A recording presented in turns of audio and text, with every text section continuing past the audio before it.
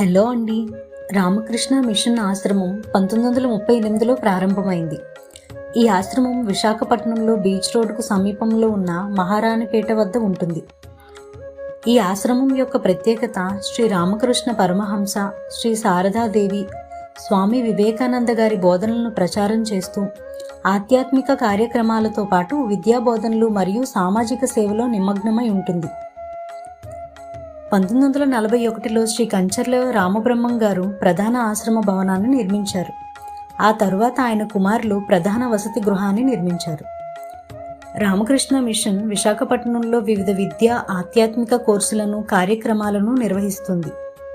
వీటిలో spoken English, computer కోర్సులు, యోగా, వేదాంత ఉపన్యాసాలు ప్రధానమైనవి. విద్యార్థుల కోసం ఉచిత ట్యూషన్, వేసవి శిబిరాలు మరియు యువత కోసం వ్యక్తిత్వ వికాస కార్యక్రమాలను నిర్వహిస్తున్నారు.